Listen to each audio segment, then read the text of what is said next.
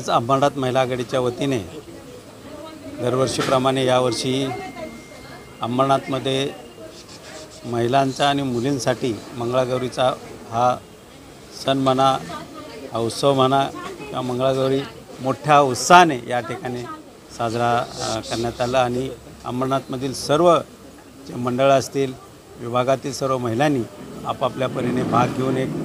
आपल्या कलागुणाला वाव देण्यासाठी या ठिकाणी एक स्टेज मिळवून देण्याचं काम आमच्या महिला आघाडीच्या सर्व महिला मालतीताई पवार, विद्याताई, बनसोडेताई सर्वच या ठिकाणी या महिला आघाडीने आजचा हा कार्यक्रम